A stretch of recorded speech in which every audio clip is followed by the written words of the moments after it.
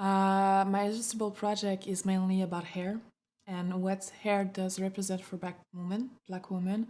What are the influence in the hairstyle fashion, and how those influence translate in something concrete, which is most of the women you'll see in those projects are wearing wigs.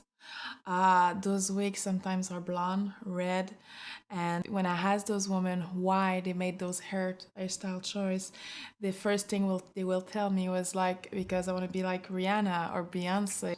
And for me, that was really a breakthrough. It's like, this is amazing, like to be in West Africa and having this such a huge Afro-American influence.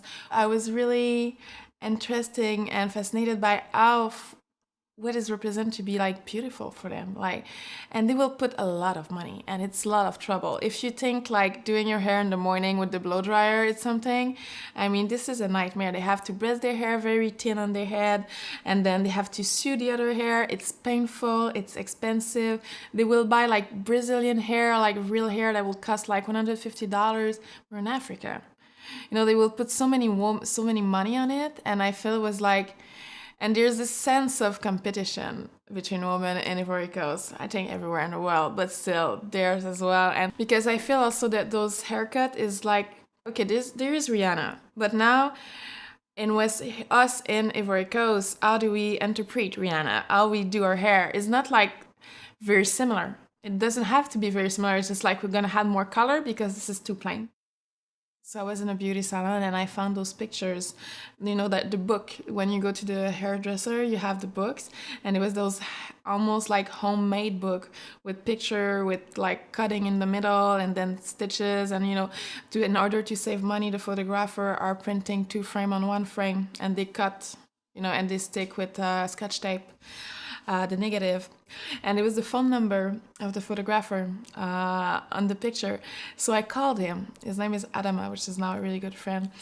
And I made contact through him. And then I was going from day to day, and I will do the pictures and bring the picture back to the hairdresser. So this is how I met them, like randomly in market, like in different neighborhood, like Adjamé, Yopougon, different very popular neighborhood of Abidjan.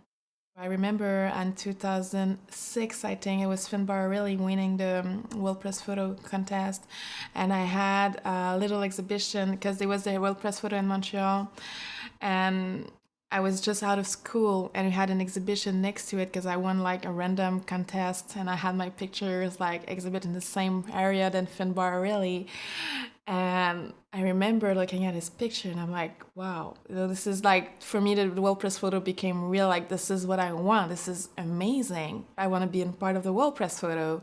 And when I receive the answer this year that I get into the masterclass, I was in Boaké and in the bush in Ivory Coast, and I was like, I can't believe it. You know, it was like surreal. It's like something that I've been dreaming since I started being photographed, almost, or since I graduated from school. And it's an amazing experience, really.